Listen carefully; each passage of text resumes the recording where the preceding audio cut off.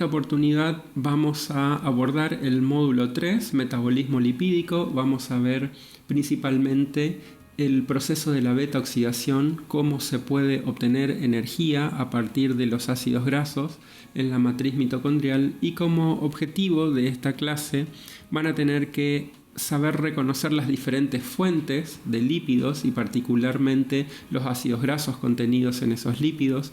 Van a tener que comprender el objetivo metabólico de una oxidación biológica y van a tener que identificar qué interacciones tiene esta vía metabólica con las otras ya vistas en módulos anteriores. Si recordamos un poquito esta cuestión, habíamos visto en el módulo anterior que los polisacáridos pueden oxidarse por vía catabólica. En principio se hidrolizan y dan monosacáridos, y luego estos monosacáridos ingresan al interior celular y por un proceso denominado glucólisis, en 10 reacciones, la glucosa se termina de oxidar a nivel de piruvato. Luego, este piruvato ingresa a la piruvato deshidrogenasa en el interior de la matriz mitocondrial, se descarboxila, se forma acetil-CoA y esta acetil-CoA termina de oxidarse completamente en el ciclo de Krebs, y los dos carbonos que venían del piruvato y en definitiva los carbonos que venían de la glucosa o de otro monosacárido terminan totalmente oxidados a dióxido de carbono. También habíamos visto que no solo existían vías catabólicas, sino que también teníamos vías anabólicas en donde el proceso era diferente. Había una construcción a partir de una reducción biológica del carbono, se sintetizaba piruvato y luego este piruvato podía anabolizarse nuevamente a glucosa. En el caso de los polisacáridos, la oxidación o la reducción de los mismos para catabolizarse o para anabolizarse respectivamente es simple por el hecho de que son moléculas que están bastante oxidadas. Si uno recuerda la fórmula de la glucosa, C6H12 oxígeno 6, puede ver que hay tantos oxígenos como carbonos en la molécula. Sin embargo, para el caso de los lípidos, estos compuestos están muy reducidos. Hay una enorme cantidad de carbonos e hidrógenos, y entonces cuando estos compuestos, y particularmente los ácidos grasos, se oxidan en el interior mitocondrial para dar acetilcoenzima A, esta energía de oxidación es muy grande, se almacena en transportadores electrónicos reducidos, y luego cuando estos transportadores electrónicos se reoxidan en la cadena de electrones, generan una gran cantidad de protones, y esos protones, cuando reingresan a la matriz mitocondrial en el proceso conocido como fosforilación oxidativa, se genera una enorme cantidad de ATP. ¿De dónde provienen estos ácidos grasos? Bueno, principalmente provienen de la dieta, constituida básicamente por triacilglicéridos en sus formas más comunes, aceites y grasas, y también fosfolípidos. Los aceites y las grasas, al ser triacilglicéridos, tienen 3 colas de ácidos grasos esterificadas al glicerol, y los fosfolípidos tienen 2 moléculas de ácidos grasos, ¿no? Digamos, cuando se produce el proceso de digestión de todos los componentes grasos que ingerimos, los triacilglicéridos aportan por cada molécula de aceites o grasas 3 moléculas de ácidos grasos, y los fosfolípidos 2 moléculas de ácidos grasos. También los ácidos grasos pueden provenir de las reservas internas que tengamos en el tejido adiposo, o bien pueden provenir de la síntesis celular endógena, tema que vamos a abordar en la próxima microclase. Muy resumidamente, ¿en qué consiste el proceso de digestión? Los lípidos empiezan a digerirse muy precariamente en la boca a través de la acción de una lipasa lingual o salival, pero la mayor parte de la digestión de los lípidos ocurre en el duodeno.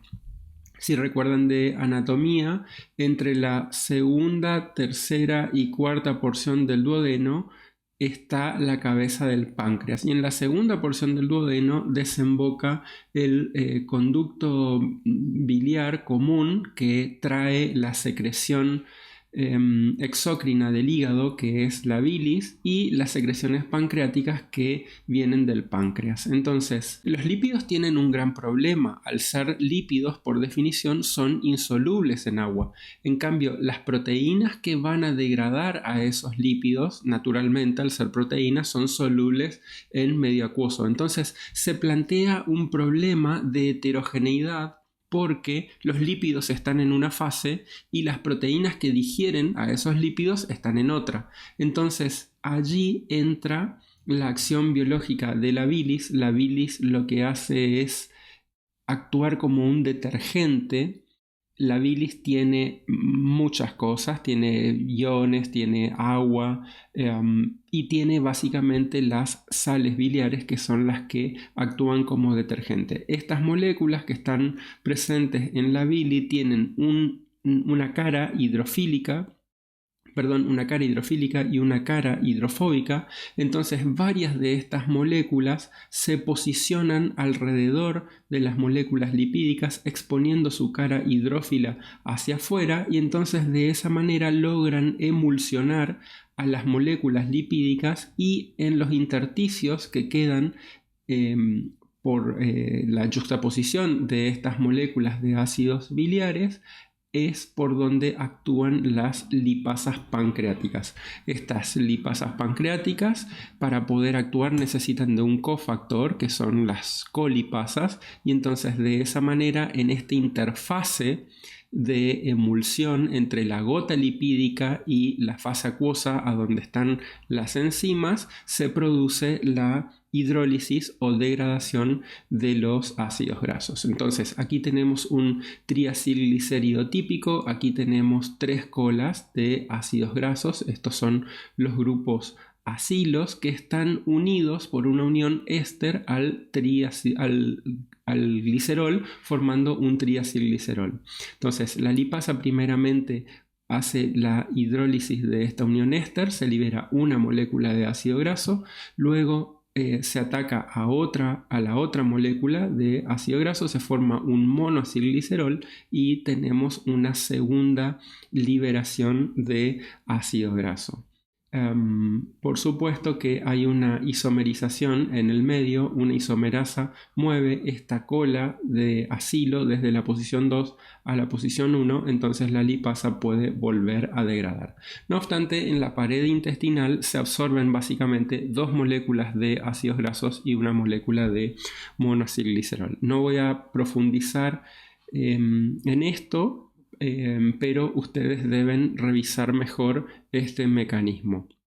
También dijimos que los fosfolípidos son otra fuente de ácidos grasos importante y entonces aquí ya no actúan lipasas sino actúan fosfolipasas. Esta es la estructura de un fosfolípido clásico y hay distintos tipos de fosfolipasas. Las fosfolipasas A2 rompen esta unión, la unión 2 la unión éster 2 de unión del ácido graso al oxidrilo 2 del glicerol. Una fosfolipasa 1 romperá esta unión. Esta unión se hidroliza por la acción de una fosfolipasa C y esta unión por la acción de una fosfolipasa D. En fin, sin entrar en tantos detalles moleculares, las fosfolipasas actúan sobre los fosfolípidos y de acuerdo a qué fosfolipasa está actuando sobre el fosfolípido se obtienen distintos productos de hidrólisis. Pero bueno, en este caso las fosfolipasas 1 y 2 son las que generan los ácidos grasos. Y también tenemos los ésteres de colesterol. Entonces una acilcolesterolasa degradará esta unión. Recuerden que el colesterol en la posición 3 tiene un oxidrilo que se puede esterificar con un ácido graso. Entonces este ácido graso se puede romper, se libera colesterol por un lado y una molécula de ácido graso por el otro. ¿Qué nos queda de esta hidrólisis o degradación tanto de fosfolípidos como de acilglicéridos? El glicerol. Entonces, este glicerol también puede reutilizarse y básicamente tiene 2 destinos. Una glicerol quinasa como es una enzima quinasa, fosforila al glicerol en esta posición, se obtiene el glicerol 3-fosfato. Luego, este glicerol 3-fosfato es oxidado en el carbono 2. Fíjense que acá tenemos un grupo alcohol que se oxida a un grupo cetona por la acción de la glicerol fosfato deshidrogenasa. Entonces, siempre que alguien se oxida, alguien se reduce. En este caso es el NAD oxidado que pasa a NAD reducido. Siempre en las oxidaciones biológicas tenemos una reducción asociada, ¿no? Entonces las reacciones son de tipo redox. Obtenemos la dihidroxiacetona fosfato y luego esta dihidroxiacetona fosfato se oxida otra vez en el carbono 1, un grupo alcohol se transforma en un grupo aldehído y entonces tenemos el gliceraldehído 3-fosfato. Si recuerdan del módulo anterior, el gliceraldehído 3-fosfato es el reactivo clave que constituye la oxidación de la glucólisis, ¿no? Entonces el gliceraldehído 3-fosfato puede oxidarse a 1,3-bifosfoglicerato. Esta es la reacción principal de la glucólisis. Si alguien se oxida, alguien se reduce, en este caso es el NAD, y este NAD reducido puede ser captado por la lanzadera mitocondrial de glicerol 3-fosfato y entonces trasladar este equivalente de reducción del citosol hacia el interior de la membrana mitocondrial, o sea, la matriz mitocondrial, pero no en forma de NAD, sino en forma de FAT. Revisen el concepto de lanzaderas. Básicamente hay dos tipos de lanzaderas. Fíjense cuáles son las importantes en función del lugar que se esté considerando. Pasando ahora al proceso de lipólisis propiamente dicho, una vez que los ácidos grasos se liberan del glicerol o se liberan del colesterol, ya sea que provengan de triacilgliceroles o de ésteres de colesterol, para poder beta oxidarse, primeramente se deben activar, se debe formar un compuesto que se llama acil-CoA del ácido graso y entonces así poder entrar a la mitocondria, ¿no? La lipólisis básicamente tiene dos etapas. Esta etapa de activación y transporte es un transporte especial con un aminoácido que se denomina carnitina y después el proceso en sí de la beta oxidación. Para la activación de un ácido graso, el ácido graso libre en realidad ataca a una molécula de ATP. El oxígeno del grupo carboxilo del ácido graso ataca a la molécula de ATP. El ATP se rompe, se libera un pirofosfato y entonces el adenilato del ATP queda unido al grupo acilo.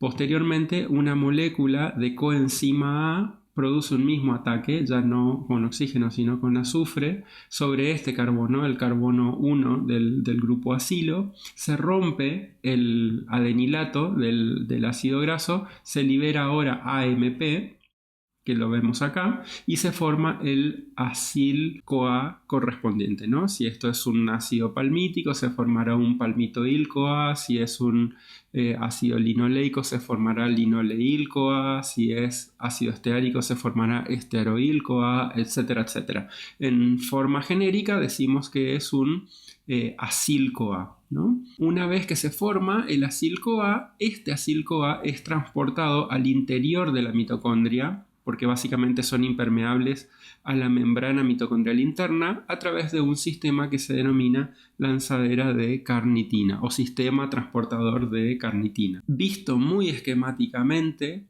este grupo acilo unido a la coenzima A se tioliza, es decir, se rompe el grupo tiol de la coenzima y el grupo acilo queda unido a la carnitina. Acá tienen la estructura de la carnitina. Fíjense que es un aminoácido, no es un alfa aminoácido como los que están presentes en las proteínas, sino que es un gamma aminoácido. El grupo amino está unido al carbono gamma de la carnitina.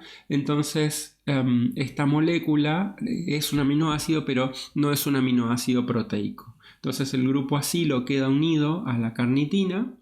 De esta manera es transportado al interior de la mitocondria a través de una enzima que se llama carnitina aciltransferasa 1 Y en la cara interna de la membrana mitocondrial interna, una acilcarnitina 2 vuelve a romper esta unión del grupo acilo con la carnitina y se vuelve a unir el grupo acilo a una coenzima A, y entonces tenemos nuevamente una acil-CoA del ácido graso idéntico al que estaba afuera. Pasando ya al proceso de beta-oxidación en sí, la beta-oxidación consta de 4 etapas y es un proceso cíclico. Al comienzo del ciclo, lo que ocurre es que el acil-CoA correspondiente se oxida entre el carbono alfa y el carbono beta. En química orgánica, el carbono alfa de un ácido graso es el carbono 2, el carbono 1, el carbono carboxílico, está unido a la coenzima A, el carbono 2 es el carbono alfa y el carbono 3 es el carbono beta. Entonces, esto que tiene un enlace simple, carbono-carbono, ¿a qué se oxida? Se oxida a un alqueno, ¿sí? Esto es un alcano, se oxida a un alqueno. Si alguien se oxida, alguien se reduce y ese alguien en este caso es el FAD oxidado que pasa a FAD reducido. Entonces se forma un doble enlace y luego una reacción típica de la química orgánica es que un doble enlace se hidrate. La molécula de agua no está constituida por 2 hidrógenos y un oxígeno. Está constituida por un oxidrilo y un protón, o un oxidrilo y un hidrógeno, cargado positivamente si se quiere, ¿sí? Entonces, lo que ocurre es que la molécula de agua se adiciona a esta molécula, entonces un oxidrilo de la molécula de agua se adiciona sobre este carbono y el protón se adiciona sobre este carbono y se obtiene lo siguiente, ¿sí? Este carbono pasa a ser un CH2 y este carbono pasa a tener un oxidrilo. Luego, el grupo alcohol secundario que tenemos en el carbono 3 vuelve a oxidarse. Si alguien se oxida, que es este carbono con este oxidrilo, alguien se reduce, en este caso es el NAD, y el oxidrilo, ¿a qué se va a oxidar? A una cetona. Entonces tenemos una beta-cetoacil-CoA. Y finalmente, en el último paso, este carbono va a romperse a través de un proceso que se llama fragmentación tiólica, y entonces una molécula de coenzima A ataca a esta unión, se une a esta unión y se libera esto. Entonces obtenemos un acil-CoA con 2 carbonos menos que este y un acetil-CoA. Y el ciclo vuelve a iniciarse y en cada proceso se obtiene un acetil-CoA y un acil-CoA con 2 carbonos menos. 2 carbonos menos porque se perdió una molécula de acetil-CoA. ¿Cuántas vueltas va a dar la beta-oxidación para oxidar totalmente a un ácido graso y convertirlo totalmente en acetil-CoA? Va a depender del número de átomos de carbono que tenga ese ácido graso. Entonces, uno puede básicamente calcular mentalmente cuántas vueltas tiene que dar. Si estamos oxidando, por ejemplo, un ácido palmítico, el ácido palmítico tiene 16 átomos de carbono, y si en cada vuelta del ciclo se obtiene una molécula de acetil-CoA que tiene 2 átomos de carbono, para transformar el acetil-CoA que tiene 16 átomos de carbono en 8 moléculas de acetil-CoA con 2 átomos de carbono cada una, y sabiendo que en la última vuelta vamos a tener 2 moléculas de acetil-CoA, entonces el ciclo va a dar 7 vueltas. ¿Qué ocurre cuando tenemos que oxidar ácidos grasos que tienen un número impar de átomos de carbono? Bueno, la situación se resuelve más o menos fácil. Una enzima que se llama propionil-CoA carboxilasa introduce un carbono más a través de un bicarbonato y el gasto de una molécula de ATP. Entonces, el propionil-CoA se elonga con un carbono más, se forma un metilmalonil-CoA, y en la siguiente reacción hay una epimerización y entonces este grupo carboxilo pasa a esta posición y se obtiene un succinil-CoA. En términos resumidos, podemos decir entonces que un propionil-CoA con 3 átomos de carbono pasa a un succinil-CoA con 4 átomos de carbono y entonces luego esto ya sigue la beta oxidación normal como que si fuera un acil-CoA de 4 átomos de carbono. O sea, en el siguiente paso se transforma en 2 unidades de acetil-CoA. Otra complicación adicional que podemos tener es que tengamos ácidos grasos con una insaturación o con muchas insaturaciones. Entonces tenemos ácidos grasos insaturados o ácidos grasos poliinsaturados. Fíjense que si tenemos este doble enlace cis en esta posición, la enzima que produce la hidratación siempre produce la introducción del oxidrilo en el carbono más alejado del grupo carbonilo, ¿no? Entonces, si la hidratasa colocase el oxidrilo en esta posición, ahí ya tendríamos un beta hidroxiacil-CoA y entonces podría proseguir la beta oxidación. Pero la hidratasa no funciona de esa manera. Lo que hace la célula es mover este doble enlace a esta posición a través de una enzima que se llama enoil-CoA isomerasa. Entonces ahora tenemos el doble enlace entre el carbono alfa y el carbono beta y entonces en la siguiente reacción una hidratasa introduce un oxidrilo en esta posición, tenemos el beta hidroxiacil-CoA y entonces la beta oxidación transcurre normalmente. Se salvó esta dificultad. ¿Qué pasa si ahora tenemos varios dobles enlaces o al menos 2 acumulados, intercalados por un simple enlace, naturalmente? Allí toman preponderancia 2 enzimas. Esta, que ya hemos visto, la enoil-CoA isomerasa, y otra enzima que se llama 2,4-dienoil-CoA reductasa. Lo que ocurre es que este doble enlace se reduce. Si alguien se reduce, alguien se oxida. En este caso es el NAD-fosfato reducido que pasa a NAD-fosfato oxidado. Desaparece este doble enlace y este enlace se mueve a esta posición, ¿sí? Entre la posición 3 y 4. Entonces, ahora estamos en esta situación. Entonces, la enoil-CoA isomerasa mueve este doble enlace y tenemos la misma situación, ¿no? Entonces se va a generar una beta-hidroxiacil-CoA. Bien, con esto concluimos una visión muy resumida de lo que es la beta oxidación de ácidos grasos. Es un proceso catabólico. Al ser un proceso oxidativo genera NAD reducido o FAT reducido. Esos transportadores electrónicos reducidos van a reoxidarse en la cadena de electrones y luego en la fosforilación oxidativa producen una gran cantidad de ATP. En las clases de taller vamos a calcular cuántos ATPs se producen a partir de la oxidación de palmitoil-CoA o bien oleil-CoA o bien esteroil-CoA y van a ver que en comparación con la glucólisis aeróbica, por ejemplo, y mucho más en comparación con la glucólisis anaeróbica, producen una mucho mayor cantidad de ATP como proceso catabólico. En la próxima clase vamos a ver que estas moléculas de acetil-CoA que vienen de la beta oxidación o bien que vienen de la glucólisis aeróbica pueden condensar unas con otras, formar citrato, salir de la mitocondria a través de una lanzadera de citrato y anabolizarse a ácidos grasos nuevamente. Entonces, este es el fundamento de las dietas hipercalóricas en glúcidos, por ejemplo.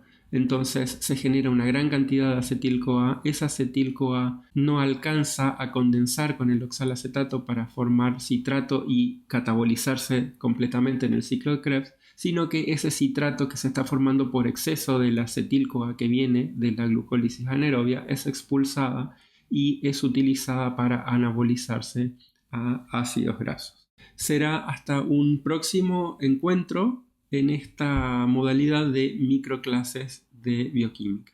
Muchas gracias por su atención.